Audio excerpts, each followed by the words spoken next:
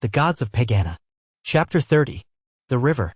There arises a river in Pegana that is neither a river of water nor yet a river of fire, and it flows through the skies and the worlds to the rim of the worlds, a river of silence.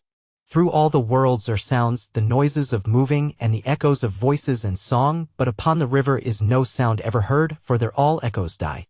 The river arises out of the drumming of Scarl and flows forever between banks of thunder until it comes to the waste beyond the worlds, behind the farthest star, down to the sea of silence.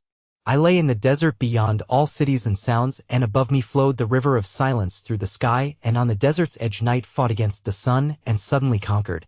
Then on the river I saw the dream-built ship of the god Yoharneth-Lahai, whose great prow lifted gray into the air above the river of silence. Her timbers were olden dreams dreamed long ago, and poets' fancies made her tall, straight masts, and her rigging was wrought out of the people's hopes. Upon her deck were rowers with dream-made oars, and the rowers were the people of men's fancies and princes of old story and people who had died and people who had never been. These swung forward and swung back to row Yoharneth-Lahai through the worlds with never a sound of rowing. Forever on every wind flowed up to Pegana the hopes and the fancies of the people which have no home in the worlds, and their Yoharneth-Lahai weaves them into dreams to take them to the people again. And every night in his dream-built ship Yoharneth-Lahai setteth forth, with all his dreams on board, to take again their old hopes back to the people and all forgotten fancies.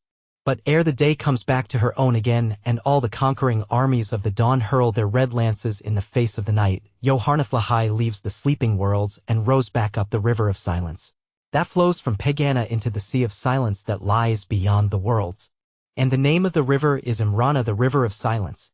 All they that be weary of the sound of cities and very tired of clamor creep down in the night time to Yoharneth-Lahai's ship, and going aboard it among the dreams and the fancies of old times lie down upon the deck and pass from sleeping to the river, while Mung, behind them, makes the sign of Mung because they would have it so.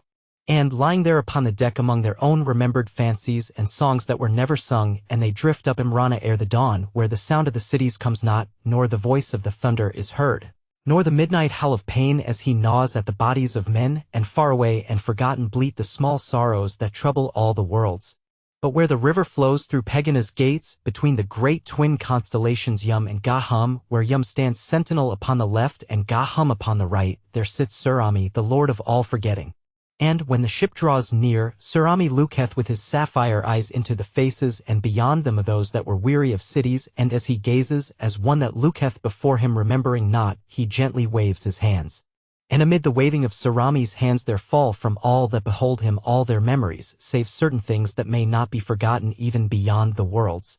It hath been said that when Scarl ceases to drum, and Manawai Odisushai awakes, and the gods of Pegana know that it is the End, that then the gods will enter galleons of gold, and with dream-born rowers glide down Imrana, who knows whither or why, till they come where the river enters the silent sea, and shall there be gods of nothing, where nothing is, and never a sound shall come.